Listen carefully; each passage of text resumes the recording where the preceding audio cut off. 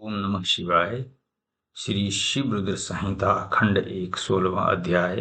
सृष्टि की उत्पत्ति। ब्रह्मा जी बोले, नारद, शब्द आदि पंचभूतों द्वारा पंचकरण करके उनके स्थूल आकाश, वायु, अग्नि, जल और पृथ्वी, पर्वत, समुद्र, वृक्ष और कला आदि ये युगों और कालों की मैंने रचना की तथा और भी कई पदार्थ मैंने बनाए। उत्पत्ति और विनाश वाले पदार्थों का भी मैंने निर्माण किया, परंतु जब इससे भी मुझे संतोष नहीं हुआ तो मैंने माँ अम्बा सहित भगवान शिव का ध्यान करके सृष्टि के अन्य पदार्थों की रचना की और अपने नेत्रों से मरीच को, हृदय से भृगु को, सिर से अंगिरा को, कान से मुनि श्रेष्ठ पुलह को, उद्यान से पुलस्त्य को, समान से वशिष्ठ को, अपान से कृतु को, दोनों कानों से अत्रि को, प्राण से दक्ष को और गोद से तुमको, छाया से कर्दम मुनि का उत्पन्न किया। सब साधनाओं के साधन धर्म को भी मैंने अपने संकल्प से प्रकट किया। मुनि श्रेष्ठ, इस तरह साधकों की रचना करके महादेव जी की कृपा से मैंने अपने को कृतार्थ माना। मेरे संकल्प से उत्पन्न धर्म मेरी आज्ञा से मानव का रूप धारण कर साधना में लग गए। इसके उपरांत मैंने अपने शरीर के विभिन्न अंगों से देवता व असुरों के रूप में अनेक पुत्रों की रचना करके उन्हें विभिन्न शरीर प्रदान किए। तत्पश्चात भगवान शिव की प्रेरणा से मैं अपने शरीर को 2 भागों में विभक्त कर 2 रूपों वाला हो गया। मैं आधे शरीर से पुरुष व आधे से नारी हो गया। पुरुष स्वयंभू मनु नाम से प्रसिद्ध हुए एवं उच्च कोटि के साधक कहलाए। नारी रूप से शत्रुपा नाम वाली योगिनी एवं परम तपस्विनी स्त्री उत्पन्न हुई। मनु ने वैवाहिक विधि से अत्यंत सुंदरी शत्रुपा का पाणी ग्रहण किया और मैथुन द्वारा सृष्टि को उत्पन्न करने लगा। उन्होंने शत्रुपा से प्रियव्रत और उत्तानपाद नामक 2 पुत्र तथा आकृति, देवहूति और प्रसूति नामक 3 पुत्रियां प्राप्त की। आकृति का रुचि मुनि से, देवहूति का कर्दम मुनि से तथा प्रसूति का दक्ष प्रजापति से विवाह कर दिया गया। इनकी संतानों से पूरा जगत चराचर हो गया। रुचि और आकृति के वैवाहिक संबंध में यज्ञ और दक्षिणा नामक स्त्री पुरुष का जोड़ा उत्पन्न हुआ। यज्ञ की दक्षिणा से 12 पुत्र हुए। मुने कर्दम और देवहूति के संबंध से बहुत सी पुत्रियां पैदा हुई। दक्ष और प्रसूति से 24 कन्याएं हुई। दक्ष ने 13 कन्याओं का विवाह धर्म से कर दिया। ये 13 कन्याएं श्रद्धा, लक्ष्मी, धृति, तुष्टि, पुष्टि, मेधा, क्रिया, बुद्धि, लज्जा, वसु, शांति, सिद्धि और कृति हैं। अन्य 11 कन्याएं ख्याति, सती, संभूति, स्मृति, प्रीति, क्षमा, सन्मति, जनसूया, ऊर्जा, स्वाहा और स्वधा का विवाह भृगु, शिव, मरीचि, अंगिरा, पुलत्स्य, पुलह, क्रतु, अत्रि, वशिष्ठ, अग्नि और पितृ नामक मुनियों से संपन्न हुआ। इनकी संतानों से पूरा त्रिलोक भर गया है। अंबिकापति महादेव जी की आज्ञा से बहुत से प्राणी श्रेष्ठ मुनियों के रूप में उत्पन्न हुए। कल्प भेद से दक्ष की 60 कन्याएं हुई। उनमें से 10 कन्याओं का विवाह धर्म से, 27 का चंद्रमा से, 13 कन्याओं का विवाह कश्यप ऋषि से संपन्न हुआ। नारद, उन्होंने 4 कन्याएं अरिष्ट नेमि को ब्याह दी। भृगु, अंगिरा और कुशाश्व से 2 कन्याओं का विवाह कर दिया गया। कश्यप ऋषि की संतानों में से संपूर्ण त्रिलोक आलोकित है। देवता, ऋषि, दैत्य, वृक्ष, पक्षी, पर्वत, लताएं आदि कश्यप पत्नियों से पैदा हुई। इस तरह भगवान शंकर की आज्ञा से ब्रह्मा जी ने पूरी सृष्टि की रचना की। सर्वव्यापी शिव जी द्वारा तपस्या के लिए प्रकट देवी, जिन्हें रुद्रदेव ने त्रिशूल के अग्रभाग पर रखकर उनकी रक्षा की, वे सती देवी की दक्ष से प्रकट हुई थी। उन्होंने भक्तों का उद्धार करने के लिए अनेक लीलाएं की। इस प्रकार देवी शिवा की सती के रूप में भगवान शंकर की अर्धांगिनी बनी, परंतु अपने पिता के यज्ञ में अपने पति का अपमान देखकर उन्होंने अपने शरीर को यज्ञ की अग्नि में भस्म कर दिया। देवताओं की प्रार्थना पर ही वे मां सती पार्वती के रूप में प्रकट हुई और कठिन तपस्या करके उन्होंने पुनः भगवान भोलेनाथ को प्राप्त किया। वे इस संसार में कालिका, चंडिका, भद्रा, चामुंडा, विजया, जया, जयंती, भद्र काली, दुर्गा, भगवती, कामाख्या, कामदा, अम्बा, मृडानी और सर्व मंगला आदि अनेक नामों से पूजी जाती है। देवी के ये नाम भोग और मोक्ष को देने वाले हैं। मैं नारद, इस प्रकार मैंने तुम्हें सृष्टि की उत्पत्ति की कथा सुनाई है। पूरा ब्रह्मांड भगवान शिव की आज्ञा से मेरे द्वारा रचा गया है। ब्रह्मा, विष्णु और रुद्र आदि तीनों देवता उन्हीं महादेव के अंश हैं। भगवान शिव निर्गुण और सगुण हैं। वे शिवलोक में शिवा के साथ निवास करते हैं। 17वां अध्याय, पापी गुणनिधि की कथा। सूत जी कहते हैं, ऋषियों, तत्पश्चात नारद जी ने विनय पूर्वक प्रणाम किया और उनसे पूछा, भगवान शंकर कैलाश पर कब गए और महात्मा कुबेर से उनकी मित्रता कहाँ और कैसे हुई? प्रभु शिव जी कैलाश पर क्या करते हैं, कृपा कर मुझे बताइए। इससे सुनने के लिए मैं बहुत इच्छुक हूँ। ब्रह्मा जी बोले, हे नारद, मैं तुम्हें चंद्रमौली भगवान शिव के विषय में बताता हूँ। काम्पिल्य नगर में यज्ञ दत्त दीक्षित नामक एक ब्राह्मण रहते थे जो अत्यंत प्रसिद्ध थे।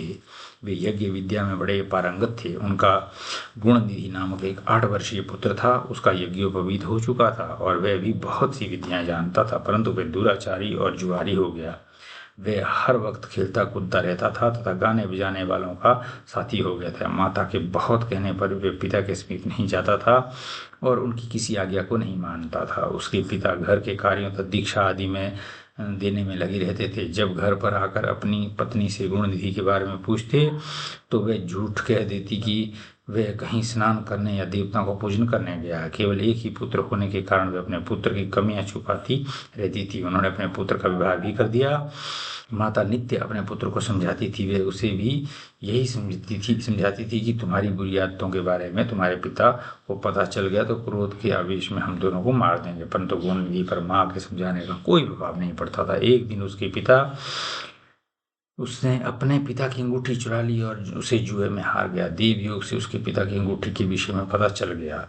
जब उन्होंने अंगूठी जुआरी के हाथ में देखी और उससे पूछा तो जुआरी ने कहा, मैंने कोई चोरी नहीं की, अंगूठी मुझे तुम्हारे पुत्र ने ही दी है। यही नहीं बल्कि उसने जुआरियों को भी बहुत सारा धन घर से लाकर दिया है। परंतु आश्चर्य तो ये है कि तुम जैसे पंडित भी अपने पुत्र के लक्षणों को नहीं जान पाए। ये सारी बातें सुनकर पंडित दीक्षित का सिर शर्म से झुक गया। वे सिर झुकाकर और अपना मुंह ढककर अपने घर की ओर चल दिए। घर पहुंचकर गुस्से से उन्होंने अपनी पत्नी को पुकारा। अपनी पत्नी से उन्होंने पूछा, तेरा लाडला पुत्र कहाँ गया है? मेरी अंगूठी जो मैंने सुबह तुम्हें दी थी वह कहाँ है? मुझे जल्दी से दो। पंडित की पत्नी ने फिर झूठ बोल दिया, मुझे स्मरण नहीं है कि वह कहाँ है। अब तो दीक्षित जी को और भी क्रोध आ गया।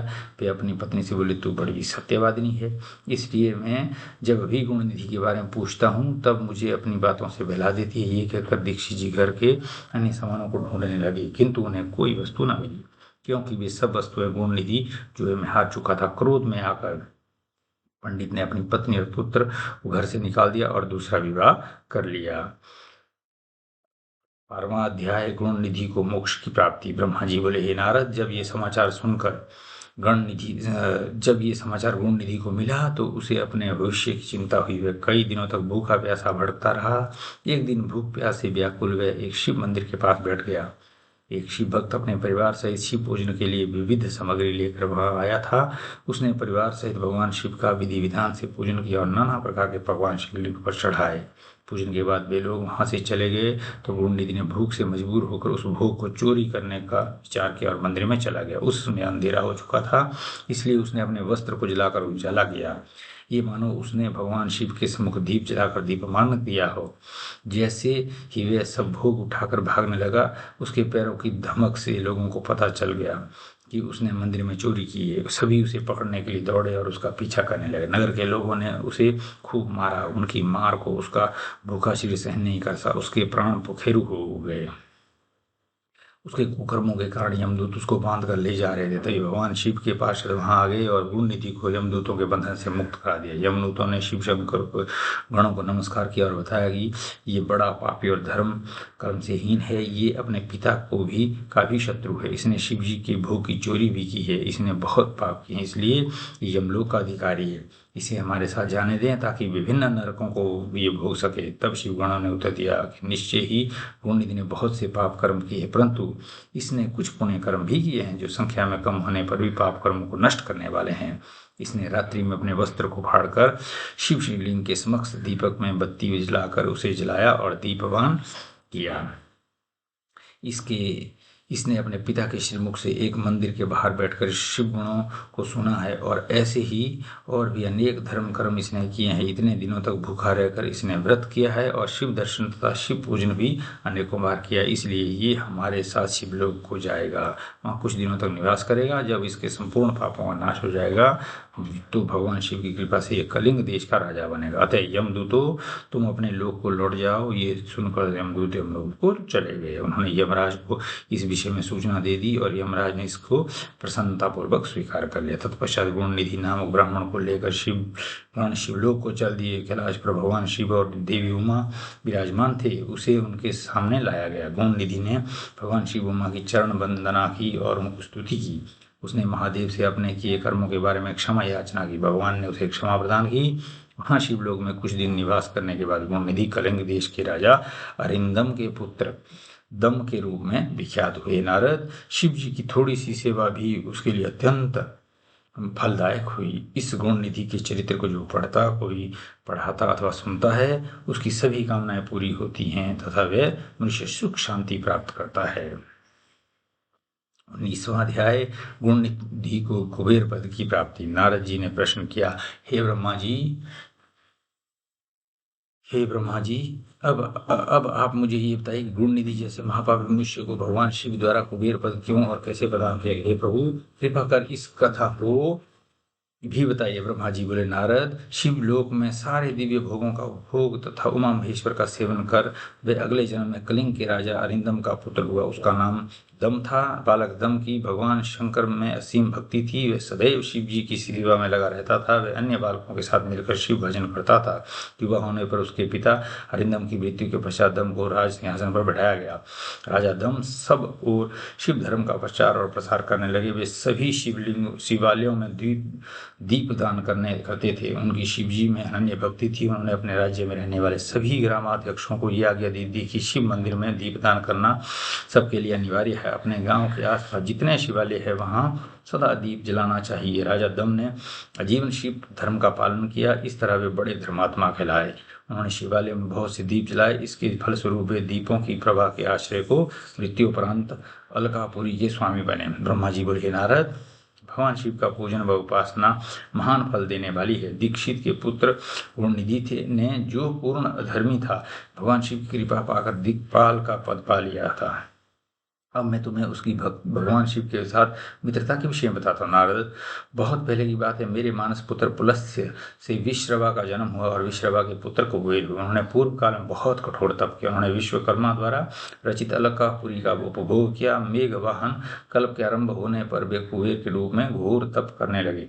वे भगवान शिव द्वारा प्रकाशित काशीपुरी में गए और अपने मन के रत्नमय दीपों से 11 रुद्रों को उद्बोधित कर वे तन्मयता से शिव जी के ध्यान में मगन होकर निश्चल भाव से उनकी उपासना करने लगे। जहाँ उन्होंने शिवलिंग की प्रतिष्ठा की, उत्तम पुष्पों द्वारा शिवलिंग का पूजन किया। कुबेर पूरे मन से तप में लगे थे। उनके पूरे शरीर में केवल हड्डियों का ढांचा और चमड़ी ही बची थी। इस प्रकार उन्होंने 10,000 वर्षों तक तपस्या की। पश्चात भगवान शिव अपनी दिव्य शक्ति उमा के भव्य रूप के साथ कुबेर के पास पहुंचे। अलकापति कुबेर मन को एकाग्र कर शिवलिंग के सामने तपस्या में लीन थे। भगवान शिव ने कहा, अलकापते, मैं तुम्हारी भक्ति और तपस्या से प्रसन्न हूँ। तुम मुझसे अपनी इच्छा अनुसार वर मांगो। ये सुनकर जैसे ही कुबेर ने आंखें खोली तो उनमें अपने सामने भगवान नीलकंठ खड़े दिखाई दिए। उनका तेज सूर्य के समान था। उनके मस्तक पर चंद्रमा अपनी चांदनी बिखेर रहा था। उनके तेज से कुबेर की आंखें चौंधिया गई। तत्काल उन्होंने अपनी आंखें बंद कर ली। भगवान शिव से बोले, भगवान, मेरे नेत्रों को वह शक्ति दीजिए जिससे मैं आपके चरणाबिंदों का दर्शन कर सकूं। कुबेर की बात सुनकर भगवान शिव ने अपनी हथेली से कुबेर को स्पर्श कर देखने की शक्ति प्रदान की। दिव्य दृष्टि प्राप्त होने पर वे आंख फाड़ फाड़ कर देवी उमा की ओर देखने लगे। वे सोचने लगे कि भगवान शिव के साथ ये सर्वांग सुंदरी कौन है?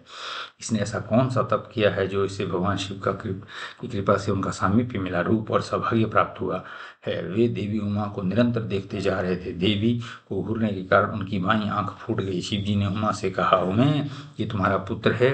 ये तुम्हें क्रूर दृष्टि से नहीं देख रहा है।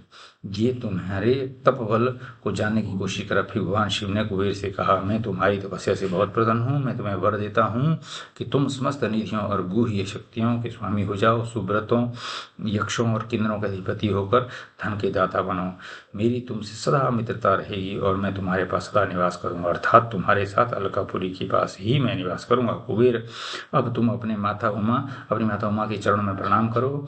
यही तुम्हारी माता है। ब्रह्मा जी कहते, नारद, इस प्रकार भगवान शिव ने देवी से कहा, है देवी, ये आपका पुत्र के समान है, इस पर अपनी कृपा करो। ये सुनकर उमा देवी बोली, वत्स, तुम्हारी भगवान शिव में सदैव निर्मल भक्ति बनी रहे। बाईं आंख फूट जाने पर तुम एक ही पिंगल नेत्र से युक्त रहो। महादेव जी ने जो वर तुम्हें प्रदान किए हैं वे सुलभ हैं। मेरे रूप से ईर्ष्या के कारण तुम कुबेर नाम से प्रसिद्ध होंगे। कुबेर को वर देकर भगवान शिव और देवी उमा अपने धाम को चले गए। इस प्रकार भगवान शिव और कुबेर में मित्रता हुई और वे अलकापुरी के निकट कैलाश पर्वत पर निवास करने लगे। नारद जी ने कहा, ब्रह्मा जी, आप धन्य हैं। आपने मुझ पर कृपा कर मुझे इस अमृत कथा के बारे में बताया। निश्चय ही शिव भक्ति दुखों को दूर कर समस्त सुख प्रदान करने वाली है। 20वां अध्याय, भगवान शिव का कैलाश पर्वत गमन। ब्रह्मा जी बोले, हे नारद मुनि, कुबेर के कैलाश पर्वत पर तप करने से वहां भगवान शिव का शुभ आगमन हुआ। कुबेर को वर देने वाले विश्वेश्वर शिव जब निधिपति होने का वर देकर अंतर्धान हो गए, तब उनके मन में विचार आया कि मैं अपने रुद्र रूप में, जिसका जन्म ब्रह्मा जी के ललाट से हुआ है और जो संहारक है, कैलाश पर्वत पर निवास करूंगा। शिव की इच्छा से कैलाश जाने के इच्छुक रुद्रदेव ने बड़े जोर जोर से अपना डमरू बजाना शुरू कर दिया। वे ध्वनि उत्साह बढ़ाने वाली थी। डमरू की ध्वनि तीनों लोकों में गूंज रही थी। उस ध्वनि से मैं सुनने वालों को अपने पास आने का आग्रह किया। उस डमरू ध्वनि को सुनकर ब्रह्मा, विष्णु आदि सभी देवता, ऋषि मुनि, वेद शास्त्रों को जानने वाले सिद्ध लोग बड़े उत्साहित होकर कैलाश पर्वत पर पहुंचे। भगवान शिव के सारे पार्षद और गणपाल जहाँ भी थे कैलाश पर्वत पहुंच गए। साथ ही असंख्य गणों सहित अपनी लाखों करोड़ों भयावनी भूत प्रेतों की सेना के साथ स्वयं शिव जी भी वहां पहुंचे। सभी गणपाल सहस्रों भुजाओं से युक्त थे। उनके मस्तक पर जटाएं थी। सभी चंद्रचूड़, नीलकंठ और त्रिलोचन थे। हार, कुंडल, केयूर, तब मुकुट से भी अलंकृत थे। भगवान शिव ने विश्वकर्मा को कैलाश पर्वत पर निवास बनाने की आज्ञा दी। अपने व अपने भक्तों के रहने के लिए योग्य आवास तैयार करने का आदेश दिया। विश्वकर्मा ने आज्ञा पाते ही अनेकों प्रकार के सुंदर निवास स्थान वहां बनाए। उत्तम मुहूर्त में उन्होंने वहां प्रवेश किया। इस मधुर बेला पर सभी देवताओं, ऋषि मुनि और सिद्धों सहित ब्रह्मा और विष्णु जी ने शिव जी व उमा का अभिषेक किया। विभिन्न प्रकार से उनकी पूजा अर्चना की, स्तुति की, प्रभु की आरती उतारी। उस समय आकाश में फूलों की वर्षा हुई। इस समय चारों ओर भगवान शिव तथा उमा देवी की जय जयकार हो रही थी। सभी की स्तुति से प्रसन्न होकर भगवान शिव ने उन्हें इनकी इच्छा के अनुसार वरदान दिया था। उन्हें अभीष्ट और मनोवांछित वस्तुएं भेंट की। तत्पश्चात भगवान शंकर की आज्ञा लेकर सभी देवता अपने अपने निवास को चले गए। कुबेर जी भी भगवान शिव की आज्ञा पाकर अपने स्थान अलकापुरी को चले गए। तत्पश्चात भगवान शंभु वहां निवास करने लगे। योग साधना में लीन होकर ध्यान में मग्न रहे थे। कुछ समय तक वहां अकेले निवास करने के बाद उन्होंने तक्ष कन्या देवी सती को पत्नी रूप में प्राप्त किया। देव ऋषि अब रुद्र भगवान देवी सती के साथ वहां सुखपूर्वक विहार करने लगे। हे नारद, इस प्रकार मैंने तुम्हें भगवान शिव के रुद्र अवतार का वर्णन और उनके कैलाश पर आगमन की उत्तम कथा सुनाई है। तुम्हें शिव जी व कुबेर की मित्रता और भगवान शिव की विभिन्न लीलाओं के विषय में बताया है। उनकी भक्ति तीनों लोगों का सुख प्रदान करने वाली तथा मनोवांछित फलों को देने वाली है। इस लोक में ही नहीं परलोक में भी सदगति प्राप्त होती है। इस कथा को जो भी मनुष्य एकाग्र होकर सुनता या पढ़ता है, वह इस लोक में सुख और भोगों को पाकर मोक्ष को प्राप्त करता है। नारद जी ने ब्रह्मा जी का धन्यवाद किया और उनकी स्तुति की। वे बोले कि प्रभु, आपने मुझे इस अमृत कथा को सुनाया है। आप महाज्ञानी हैं। आप सभी की इच्छाओं को पूर्ण करते हैं। मैं आपका आभारी हूँ। शिव चरित्र जैसा श्रेष्ठ ज्ञान आपने मुझे दिया है प्रभु। मैं आपको बारंबार नमन करता हूँ। इति श्री रुद्र संहिता कांड 1 संपूर्ण। ओम नमः शिवाय।